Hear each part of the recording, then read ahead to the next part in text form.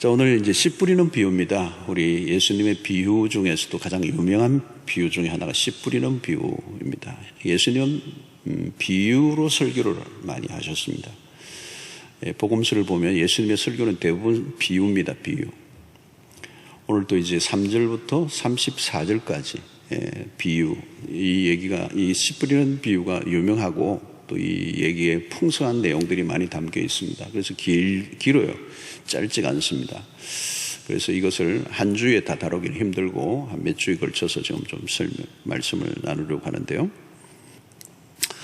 자, 오늘 그래서 마태복음 13장 34절, 35절에 보면 이런 말씀이 있습니다. 예수께서 이 모든 것을 무리에게 비유로 말씀하시고 비유가 아니면 아무것도 말씀하지 아니하셨으니 이런 선지자를 통하여 말씀하신 바 내가 입을 열어 비유로 말하고 창세부터 감추인 것을 드러내리라 함을 이루려 함이시니 예수님은 비유로 말씀하셨고 이 비유를 통하여 창세전부터 감춰져 있는 비밀을 드러내기 위해서 하셨다 그랬습니다. 주님은 특별히 이제 첫째는 진리를 쉽게 전달하려고 하셨다는 거예요. 그래서 그 이유는 뭐냐면 진리가 너무 심오한데 일반 대중이 알아듣지 못하면 아무 소용이 없잖아요. 그죠? 예를 들면 예수님의 진리는 IQ가 한 110 정도 이상 돼야 알아들을 수 있다. 이러면 참 곤란하죠. 여기 몇 분 해당 안 될 수도 있을지도 모르는데. 이게 어려운 거잖아요. 그죠? 그리고 알면 이 정도 학력이 돼야, 이 정도 학력을 갖춰야서 이 말씀을 알아들을 수 있다. 이러면 이게 위험한 거죠. 예수님은 어린 아이들도 알아들을 수 있도록 말씀하셨어요. 그리고 최고의 그런 지혜자들도 부끄럽게 할 만큼 예수님의 이 말씀에는 이제 지혜가 이제 서려져 있는 것입니다. 예수님이 이제 가르치실 때 쉽게 가르쳤지만 그게 가볍다는 얘기는 아닙니다. 쉽지만 심오한. 이제 설교도 사실 그렇습니다. 쉽게 하는 게 참 중요해요. 저도 이제 쉽게 하려고 애를 많이 쓰는데, 쉬운 건 아니에요. 근데 이제 쉽게 하면서도 깊이가 있어야 되거든요. 예수님이 그런 것을 다 갖추신 분이십니다. 자, 근데 이 비유를 통하여 하신 것은 창세부터 감추인 것을 드러내신다는 거예요. 그 말씀을 비유로 하시는데 그것을 자세히 들여다보면 창세전부터 감춰져 있는 비밀을 드러내신다. 자, 근데 이 말씀은 누구나 알아들을 수 있지만 아무나 알아들을 수 없게 만드는 게 또 이 비유의 특색입니다. 비유를 듣는 자에 따라서 이 이야기가 전혀 다른 얘기가 되어버리는 거죠. 요즘 이 신천지나 이런 데서도 이 비유풀이가 아주 핵심이 있잖아요. 근데 이 비유풀이라는 게 잘못 팔면 이상한 데로 갈 수도 있는 위험성이 있는 것들입니다. 오늘 11절에 보니까 이래 놨어요. 이르시되 하나님의 나라의 비밀을 너희에게는 주었으나 외인에게는 모든 것을 비유로 하나니. 여기에서 이 비유를 들으면서 내부인과 외부인, 인사이드, 아웃사이드가 구별이 되어버려요. 이 비유를 들으면서 알아듣는가 못 알아듣는가에 따라서 전혀 이제 무리인가 제자인가가 구별되는 것입니다. 알아듣는 사람은 쉽게 알아듣는데 알아듣지 못하는 사람은 말은 알겠는데 거기에 숨겨진 뜻이 무엇인지를 알지 못하는 겁니다. 그러니까 이 성경을 대하는 이 태도에 따라서, 반응에 따라서 완전히 이제 두 갈래로 나누어지는 거죠. 하나님의 나라의 백성이 되는가 아니면 아닌가. 눈이 감겨질 것인가, 눈이 열려질 것인가. 이게 이제 결정이 된다는 겁니다.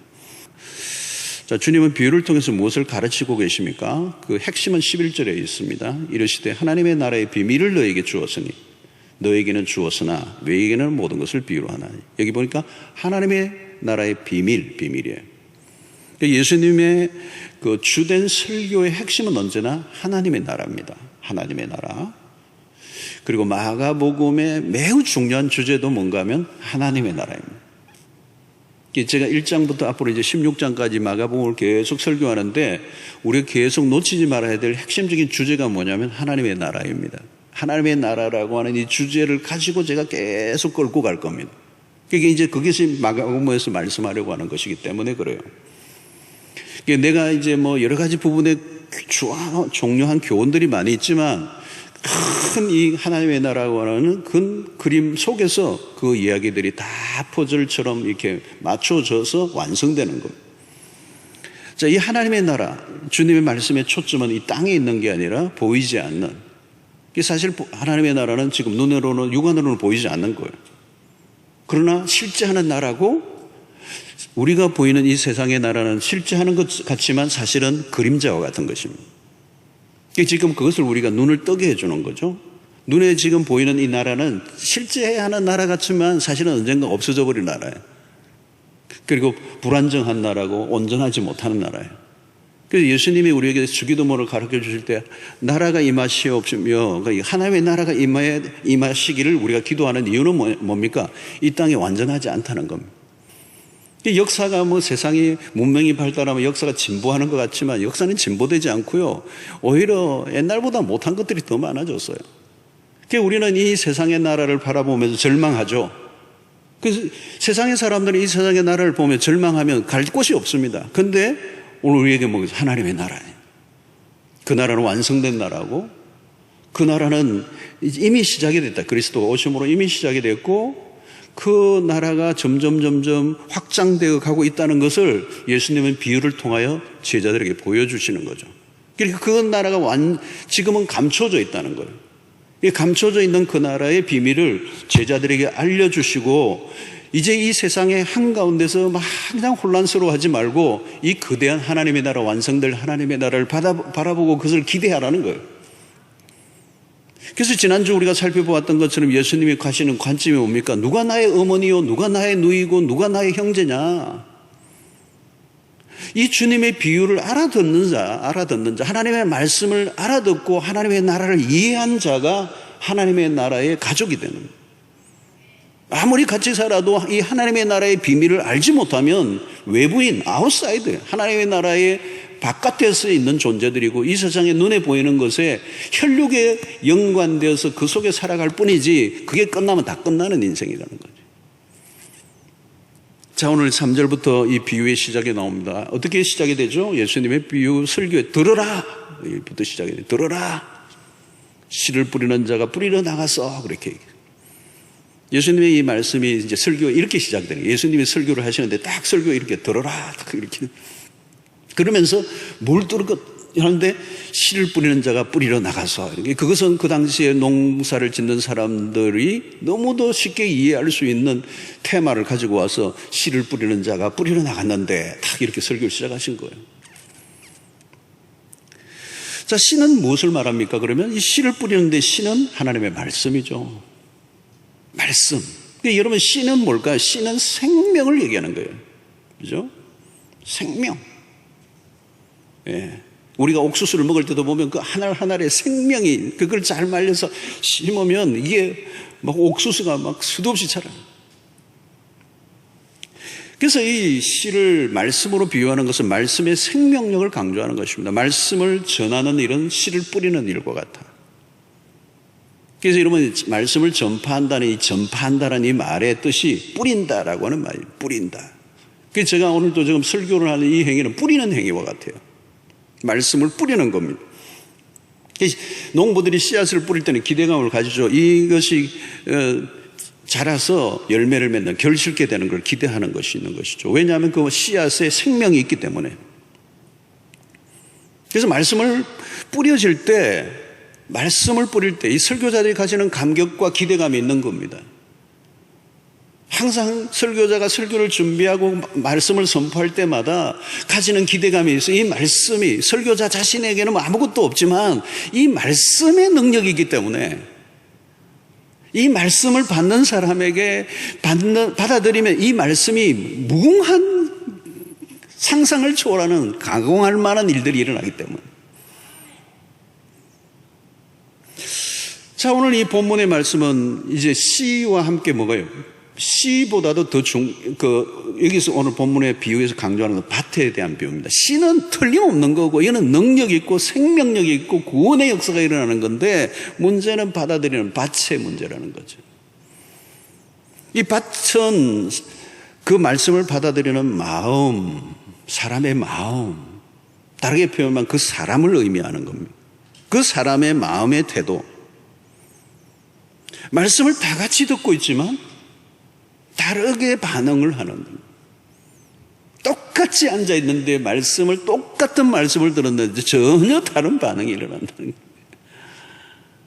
그래서 오늘 이 본문에서는 네 가지를 마음을 얘기하잖아요. 첫째는 길가밭, 둘째는 뭐요? 돌짝밭, 셋째는 가시떨기밭, 넷째는 좋은 땅, 옥토를 말하는.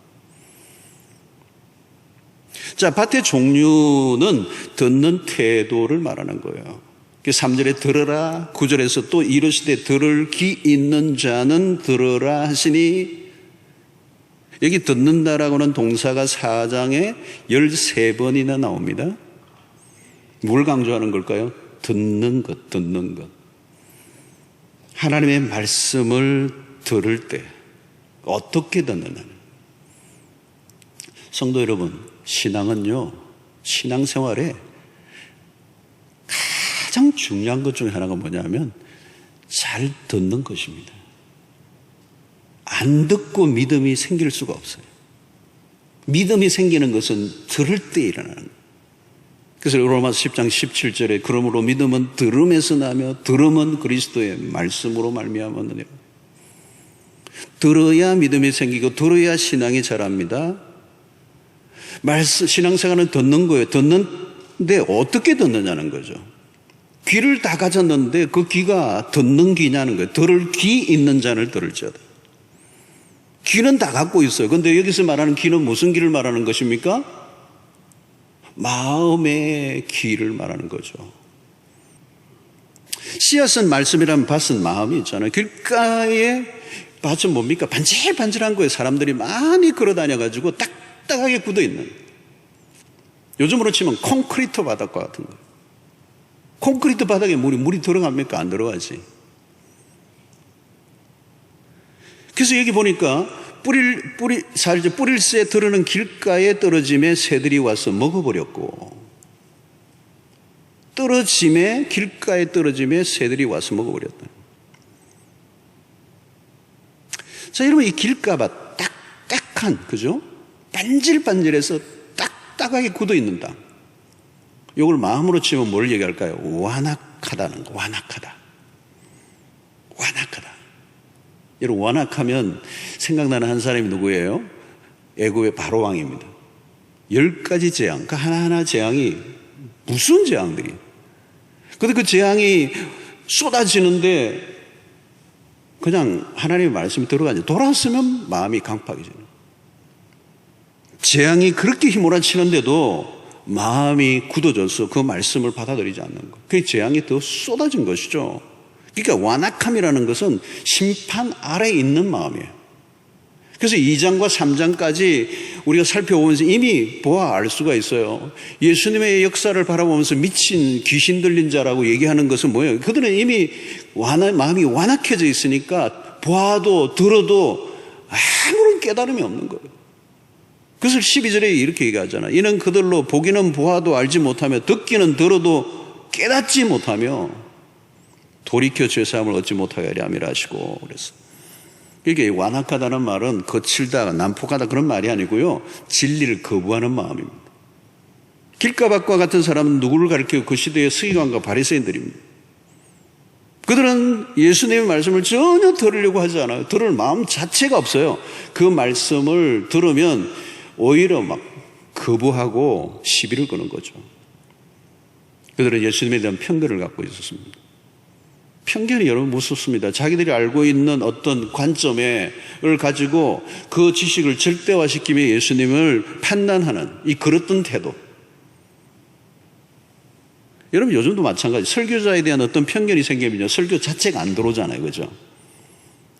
아무리 최고의 설교자가 뭐 외쳐도 반응이 없어요. 거기에 대한 어떤 선입견이나 편견을 갖고 있습니다. 서기관들이나 바리새인들은 주님의 말씀을 듣는 즉시 수긍이 아니에요. 시비를 걸었습니다. 말씀을 듣는 즉시 반대한 거예요. 그래서 마태복음 13장 15절에 이렇게 얘기합니다. 이 백성들의 마음이 완악하여져서 그 귀는 듣기에 둔하고 눈은 감았으니, 이 완악하여지는 게 문제예요. 완악한 마음, 이것이 무슨 마음이에요? 둔해진 거예요. 마음이 둔해진 겁니다. 마음이 둔해지고 귀가 어두워지고 눈이 감겨진 상태. 그게 어때요? 깨달음이 없다는 거예요. 그 듣고 마음으로 깨달아 돌이켜, 이게 안 되는 겁니다. 여러분, 누구나 인생에 전환점이 있죠. 전환점에는 뭐가 있습니까? 어떤 깨달음이 있는 거거든요. 아, 이렇게 살면 안 되는구나 라고 하는 존재를 흔드는 깨달음이 오는 거거든요. 그때 사람이 돌이키는 일이에요. 그 인생이 바뀌는 겁니다. 그런데 보통 많은 사람들은 살던 대로 살아가는 이유는 뭐냐? 그 삶을 돌이키게 할 만한 깨달음이 없는 거예요. 왜요? 마음이 둔하여져 있다. 그 마음은 어떤 마음이요? 완악한 마음이에요. 사랑하는 성도 여러분, 오늘 여기에 말씀이 들려지고 또 들려져도 귀가 닫혀져 있는 사람에게는 아무 소용이 없어요. 홍수가 쏟아져도 비껴나 있는 겁니다. 자, 여러분, 이 길가밭과 같은 사람들. 자, 이 길가밭에는 씨앗이 떨어지면 이것을 예수님이 15절에 이렇게 해석을 해요. 길가밭에 떨어진 상태. 말씀이 길가에 뿌려졌다는 것은 이들을 가리킴이니 곧 말씀을 들었을 때에 무엇이요? 사탄이 어떻게 해요?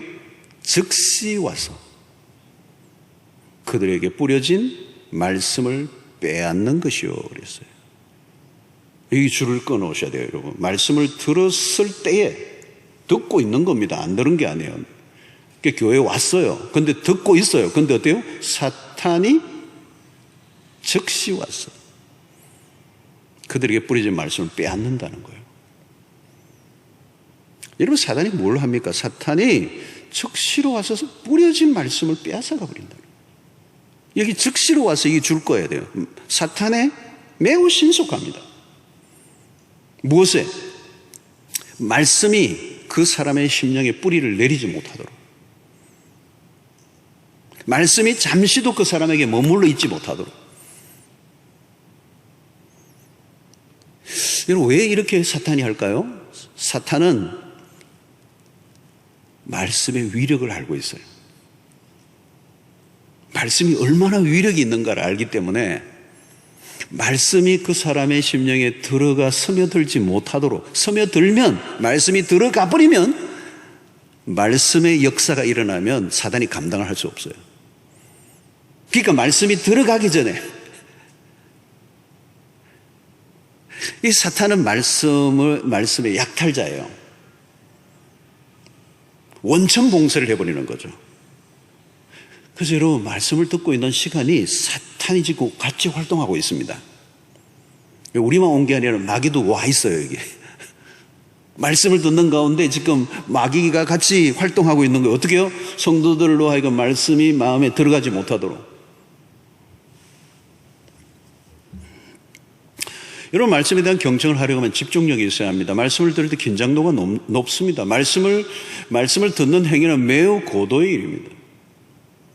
우리의 영이 살고 죽는 문제가 여기 달려있는 것이죠. 만약 여러분 중환자가 명의를 만나 아주 그냥 귀한 그 명의를 만났다면 그 전해주는 말 한마디에 귀를 기울이지 않겠으면 한갓 다른 거 다 소리를 지우고 그 얘기에 귀를 기울이려고 하지 않겠습니까? 하나님의 말씀이 그거 같아요. 우리의 생명, 영원한 생명을 결정하는 얘기. 우리는 말씀을 듣는 시간을 위하여 마음의 준비를 해야 합니다. 너무 분주한 삶을 살고 피곤한 삶을 살면 말씀이 귀에 들어오지 않아요. 여러분, 마음의 준비만 잘 되어 있으면 어떤 설교자가 무슨 말씀을 해도요, 들을 말씀이 있어요.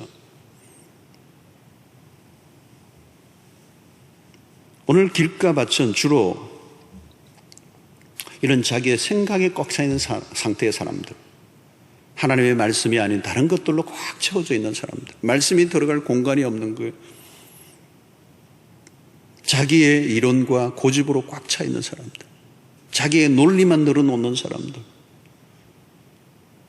말씀을 들으려고 하지 않고 자기의 얘기를 늘어놓는 사람들, 아무리 교회를 다녀도 믿음이 생기지 않습니다. 사랑하는 성도 여러분, 여러분들은 어떻습니까? 말씀을 들을 때 어떤 반응을 하고 있습니까? 말씀을 들을 때 귀에 속속 들어오고 있습니까? 말씀에 대한 수용력이 있습니까? 오늘 이 씨 뿌리는 비유는요, 우리의 신앙을 진단해 보는데 아주 좋은 기준이 됩니다. 나는 정말 건강한 신앙생활을 하고 있고 계속 내 신앙이 자라가고 있는가를 알려고 하면 하나님의 말씀을 대하는 태도에 의해서 결정이 됩니다. 여러분들은 다른 어떤 즐거움보다 말씀을 듣는 일이 즐겁습니까? 여러분, 설교를 듣고 성경을 읽는다고 다 깨달아지는 것도 아닙니다. 우리의 마음의 태도와 성령의 도우심이 함께 해야 합니다. 요즘과 같이 복잡하고 산만한 세상에서 말씀을 잘 받아들이는 좋은 밭이 된다는 것은 쉬운 일이 아닙니다. 오늘 말씀이 우리의 영혼 안에 깊이 들어오도록 우리의 전 존재가 반응하는, 그 말씀이 내 안에 온 영혼에 깊숙이 침투하도록 내 자신을 내어놓는,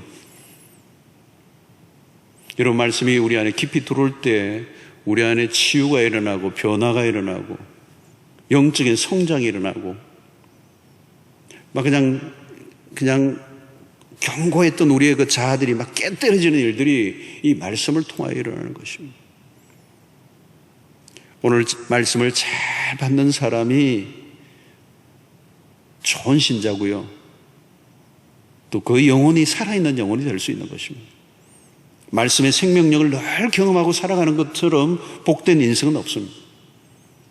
사랑하는 성도 여러분, 이 말씀은 생명이고요. 그 말씀은 어떤 하나의 사상이나 철학이 아니고 이 성경 말씀은 하나님의 살아있는 인격이 담겨있는 생생한 언어와 같아요. 살았고 능력 있는 말씀이란 말이죠. 그 말씀의 능력이 우리 안에 역사할 때 무슨 일이 일어날지 알 수가 없어요. 요즘 코로나와 같이 어려운 이 시대를 살고 있지만 상관없어요, 여러분. 하나님의 말씀을 내가 계속 먹고 있다면, 하나님의 말씀이 내 안에 계속 스며들고 있다면 그 말씀이 나를 이 어려운 시대에도 살게 하고도 남을 줄로 믿습니다. 말씀을 들을 때 여러분 아멘, 아멘으로 반응할 수 있어야 돼요. 하나님의 말씀을 들을 때 기쁨이 있어야 돼요. 말씀을 듣는 것이 내 인생의 가장 즐거움이 되어야 돼요. 그 말씀을 들을 때마다 하나님의 영이 나를 깨닫게 해주실 때, 하나님의 나라의 비밀이 열리고, 비록 이 세상의 삶은 힘들고 어렵고 소망이 없어 보이지만 그 말씀을 통하여 하나님의 나라가 열린 자들은 이 세상의 것들로 인하여 절망하지 않습니다. 사랑하는 성도 여러분, 하나님의 말씀을 알아듣는 귀를 주시옵소서. 깨닫는 은혜를 주시옵소서. 말씀 앞에 언제나 민감하게 아멘으로 반응하는 열린 심령을 허락하여 주시옵소서. 내 마음이 다치지 않게 하여 주십시오. 말씀에 다친 자가 되지 않게 해주십시오. 말씀에 활짝 열려져서 앞으로 몇 주 동안 이 말씀 씨 뿌리는 비를 통하여 말씀의 그 심오함을 우리가 함께 나누겠지만, 요즘 어려울수록 우리 성도들 가운데 이전보다 더 말씀을 가까이 할 수 있어서 감사하다는 분들이 계세요. 여러분, 딴 게 아니에요. 저는 목회를 해보면서 알잖아요. 말씀을 받아들이는 태도를 보면 그분의 인생의 미래가 다 보이는 거예요. 그분의 현재의 영적 상태가 다 보이는 거예요. 네. 말씀을 지금 내가 있는 그대로 수용하고 받아들일 수 있는 성도라면 걱정할 게 없습니다. 말씀이 능력이 되고 말씀 안에 소망이 있고 말씀이 우리의 인생을 이끌어가게 될 줄로 믿습니다. 주의 말씀을 즐거워하는, 이 시편 119편에 말씀하는 주의 법을 즐거워하는 여러분들 되시기를.